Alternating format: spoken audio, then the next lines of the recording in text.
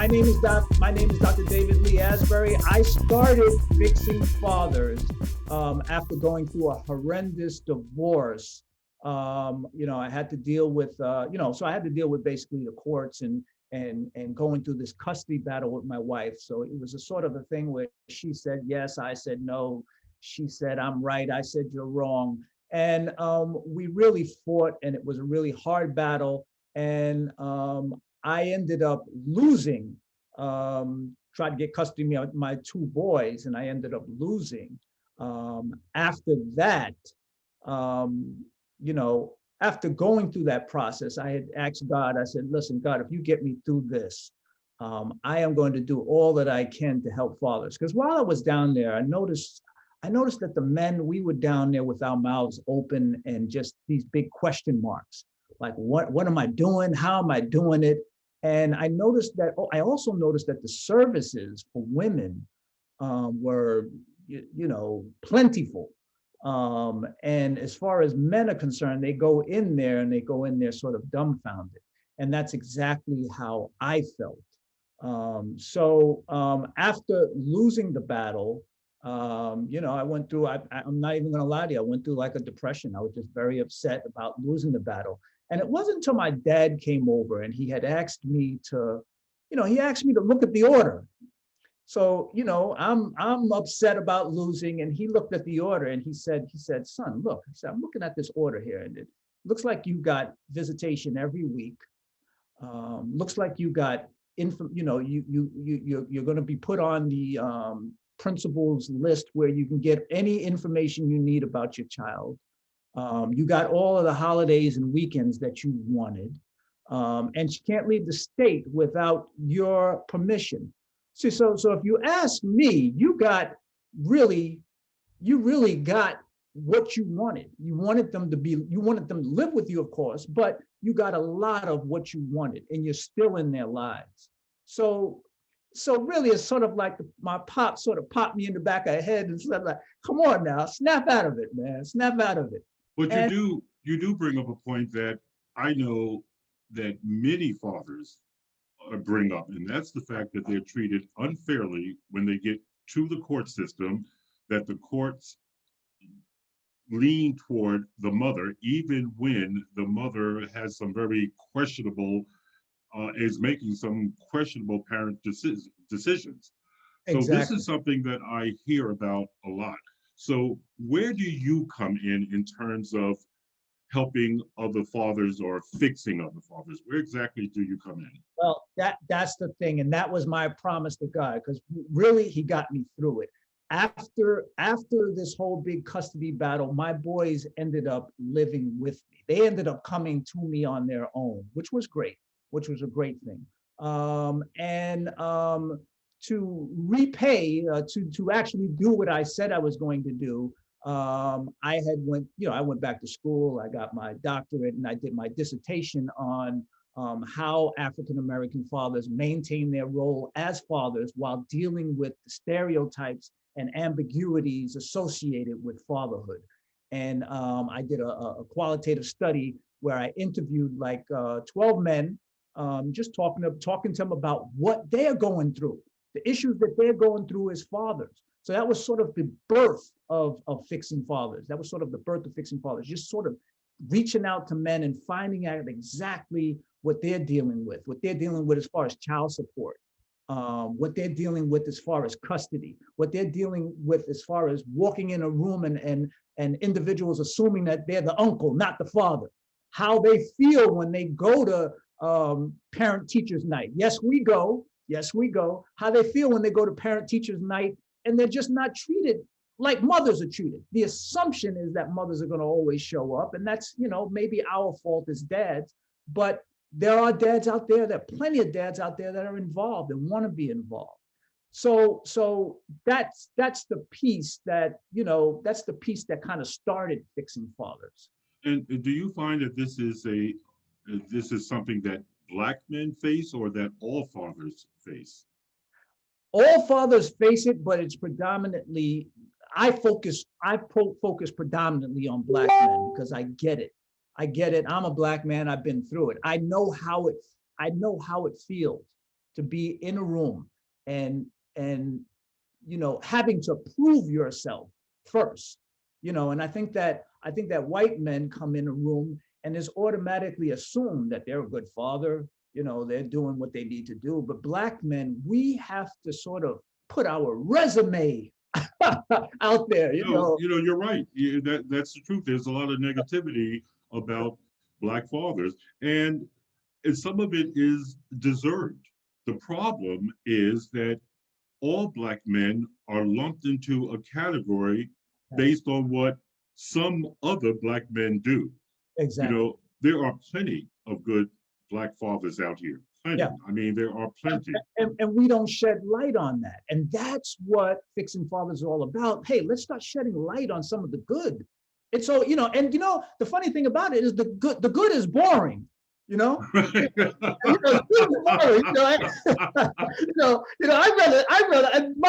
rather watch a YouTube video with some guy, but the good, me talking about fatherhood. I'll give you a perfect example. All right. So I talk about fatherhood on YouTube all the time. Hey, be a good dad, be a good dad, be a good dad. But I did one video, right, about me balding my head. I said, hey, it's great to bald your head. Come on, I got like, please, like 30,000 hits, man. Trust me. But you get what I mean, right? I understand as an editor, and as a columnist, some columns I say, okay, this is going to knock them flat, and it just goes flat. Yeah. And then I write something that I said nobody's going to be interested in this, but this is what I'm writing this week, and it's off the charts. And I don't understand that, but I know exactly what you mean. Don't even try to understand it. Just go with it. So my job right now is to make fathers feel special. And not because, it's because they are, even the dads that are struggling. We teach the 24/7 dad program, and that's a curriculum by the National Fatherhood Initiative. It's an evidence-based program, and we do like 12 sessions. And what I find amazing is just to see these big burly men, and they're saying words like, nurturer, and I'm a carer, and I love, and this is the stuff, I wish I could invite everybody into the room. This is the stuff that we don't see in especially Black men, and I smile every single time. I hear a guy talking about, I am a nurturer, and I can do the dishes, and I can help my wife. And I can't, and this is the stuff that that's not projected out there. So I feel as though it's my job to try to get some of that positivity out there and show that, I love being a dad. And there's so many more dads out there that love being a dad. And, let's shy away from the stereotypes. Now you're based in Hampden. How are you getting men to come to you? How are you doing that? How are you getting the word out about your organization and what you're trying to do? And are Black fathers responding? Yeah, I mean, what I'm doing now, what I'm learning as this partnership. I mean, the nonprofit game, man, is exciting. Brutal. It is brutal, because you're trying to stay alive, trying to keep the office open, trying to pay your bills. But what I've learned, partnerships.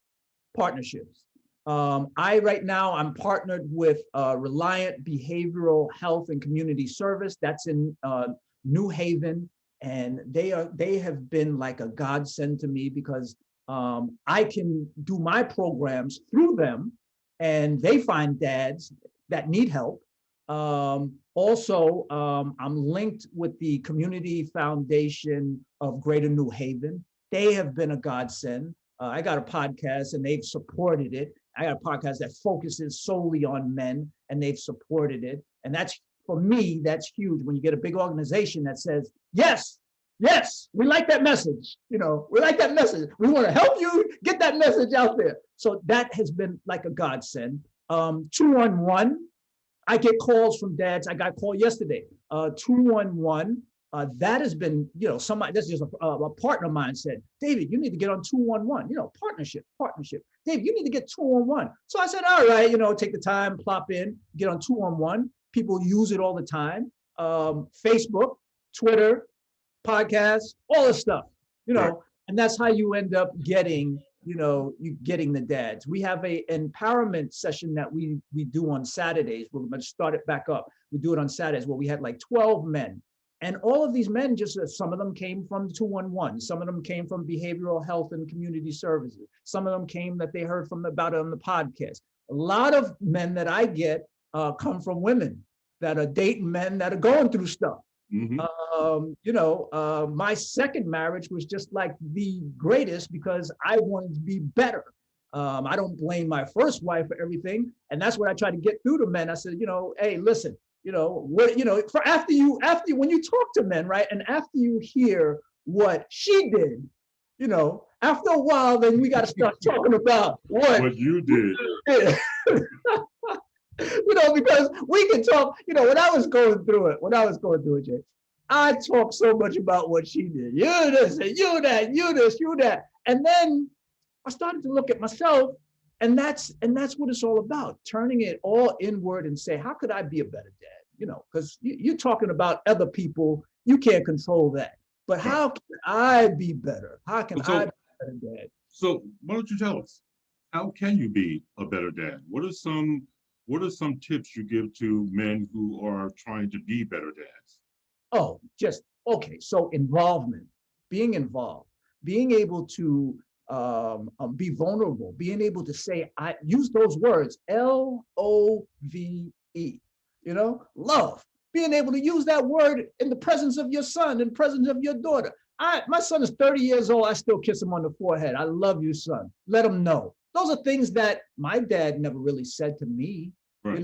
Because not cool, it's not cool. And we are so busy as dads trying to be cool that we forget that being cool is being able to say, I love you, my son. I love you, my daughter, because they need to hear this. They need to hear it not from this person, that person. They need that validation, which is important from you. I'll tell you a quick little story. My son, right? My son drew a picture, right? And the picture was of this dude, and he was saving this person in the building. Now, I don't know how he saw some kind of hero in me, but the little dude that was saving the people in the building was me. I always hold on to it because I'm saying to myself, you're doing all of these things for your kids, and sometimes you don't think that they see things. Right. But in his mind at that time, I was a hero. I'm saving guys from I've never saved anyone, but in his mind, he's like, yo, this is the guy right here in the house. If somebody's going to save somebody, it's going to be him. And that's what I try to get through these dads, is really just building them up and letting them know that how important what they say, what they do, how they do it, how they act in the house, the things they do, how they move around the house. All of that stuff is important because they're being watched. How big of a problem are absent fathers in the Black community? How big of a problem has that created and continues to create? We're talking about obesity rates. We're talking about school, attending school, being in school, having someone there that's going to push. Not always great being the dad and being the bad guy that says, hey man, listen, you got to go to school. But eliminate that guy. Just eliminate that guy. And who's telling Kevin that he needs to go to school? Just mom? But when we do it as fathers, it's different. It's a little bit, it's different. I'm not saying that it's better, but I'm saying that it's needed. And when that is not there, right? That means that kid is on his own. That kid is just dealing with mom. And to me, that is problematic. If you're a son that's just dealing with mom, and you don't have that father image, or you don't have that, and I'm not just talking about biological, but some kind of male role image. If that piece is totally missing, I really do believe that a good deal of our kids are going to have problems. You know, getting into crime, getting into hanging out with the wrong people. You know, my dad monitored who I was with and knew who I was with. Right, You know, exactly. I'm mentoring a kid. I'm mentoring a kid now, and it's funny because the dad is in his life, and the dad knows. The dad knows exactly who's in that kid's. Nah, you don't hang with those kids, and that's that. You know, and I'm not saying that mothers can't do that, but it's just different when we do it as Black men. Sure. You know, we do it as Black men. It's different. When I talk, when my wife talks to my son, and when I talk to my son, there's just a different feel. And I would even go to say that I don't really have to talk too much, and I can't explain it. I'm not going to try to explain it, but nah, I'm not having that. Sorry, you know. So, and it seems like the situation is sort of resolved. so how do we turn more Black men into better fathers? I'm not talking about the men so much who come to your group. They want to be better fathers. They're seeking ways Right. to be better fathers. How do we get the men? Because I believe a lot of these men think it's all about how much money they make, how much money, how much they can give to the kid. I don't think they understand that just their sheer presence there, day in and day out, makes a huge difference. So how do we get that message across to them? We get it through showing shows like this. We get it through showing that positive image out there. We get it by making sure that fathers see positive images and want to be that way. I got a call the other day from a dad who just said, "Yo, I like what you're doing. You know, I just want to be a part of it." You know, and that you hope balloons. You know what I mean? So showing those, you know, I really believe if we continue to show those positive images on Facebook, we try to make dads cool, and you know, also celebrities out there who are wonderful parents. I love seeing that. I love projecting that. I'll share that in a minute. You know, somebody who everybody knows. You know, you see a Denzel Washington, he's talking about positive stuff and all of that Right. kind of stuff. You know, everybody knows him and just said, "Hey, I want to be." So I just think that it's that imagery that we need to put out there. Of course, the negative is going to be there, but let's try to get more of the Let's positive. accentuate the positive. Yes, exactly, So, exactly. what kind of programs does your organization offer? What kind of programs, what kind of curriculum is there to become a better father? What do you So offer? we do a lot of stuff. So Fixing Fathers has kind of ballooned into a couple of other things. Also, in addition to working with fathers, but we do have through Reliant Behavioral Health and Community Services, we do have the Fixing Fathers. I call it the Fixing Fathers Flex Program. It's the Fixing Fathers 24/7 Dad Flex Program, and what that means is I want to take the excuse out of, "Oh, you know, I can't make it because I'm working. I'd love to take your program, but I can't take it on Wednesday." So basically, what I do is I say, "Nah, nah, nah, nah. When do you want to take it? When do you want to take it? You tell me when you want to take it, and I'll work my way around. I'll do it on Sunday. I'll facilitate it on Sunday if you can make it on Sunday. I'll facilitate it on Saturday." So I'm trying to take the excuse and I'm trying to build up and get more facilitators so that I can take that off the table where you can't make it. So that's one program that I'm really, really passionate about. We also have a college fair where I bring fathers together that can assist along with my wife. We have a college fair where we go to the Malcolm Bernard HBCU College Fair in New York City. COVID, we couldn't do it last year, but it's a great program. We started off with one bus. Next year we had two buses. The last year that we went, we took 3 bus loads of kids up there, and it's just phenomenal. It's just a phenomenal event. Kids get to talk to the administrators and all of that stuff, and try to get in school on the spot, registration on the spot, acceptance. So that is a wonderful program. We also have a chess program. I'm not a great chess player, but I understand the game will help our kids with that cognitive thinking, the memory. I mean, there's just so many things that chess does. So I basically went out on Facebook and said, hey guys, can you help me out with buying some chess sets? And beautiful, just, they don't cost that much, $15 a chess set. Come on, give me $1, give me $1 there. So we've given away to New Haven and Hamden kids over 200 chess sets in 3 years, which I'm so happy about. And I'm going to plug it again. If you wanna donate to that program, just go to fixingfathers.org, and you can donate to that program so we can keep that running. In addition, we got a book club that we do. Got some fathers together.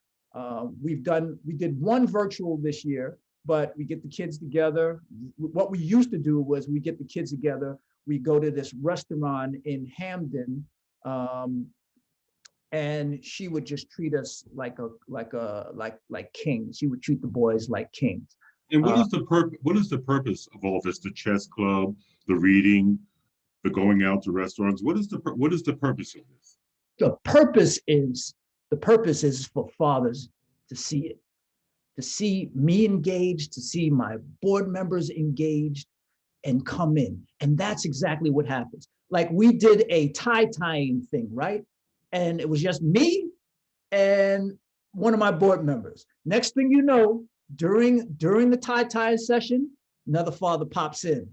Say, hey man, hey, Dr. Ashman, let me give you a hand. Another father pops in. You know what I'm saying? And that's the kind of stuff that pulls dads in. The 24/7 Dad program is, I teach you, then you go out and help somebody.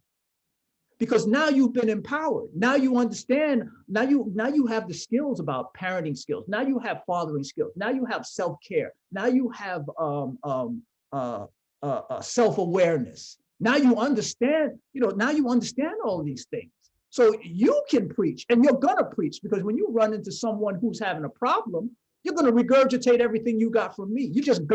It's just gonna happen. You're gonna, hey man, listen, hey, I learned that as a 24/7 dad, you're supposed to be nurturing. You're supposed to be caring. You're supposed to be caring. So you're gonna, it's just gonna become a part of you. And when you see someone in trouble, you're gonna basically help them like I've helped you. So that's the key right there. After you take this program, or after you are around these men, these positive images, I believe something has to rub off.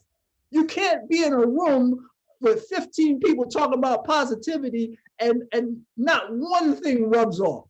And if I can give you one thing, and you leave and you say, you know what, when I go home, I'm going to make sure that my son knows the 50 states. I'm going to make sure that he knows. And if that's what you get, I've won. Because you're involved, you're engaged, you're doing something different. You're not hanging out with Kevin on the block. You're home and you're thinking about different things. So that's the goal. That's the goal. Well, David, we certainly appreciate you joining us this morning. Is there anything that you want to add that I have neglected to ask?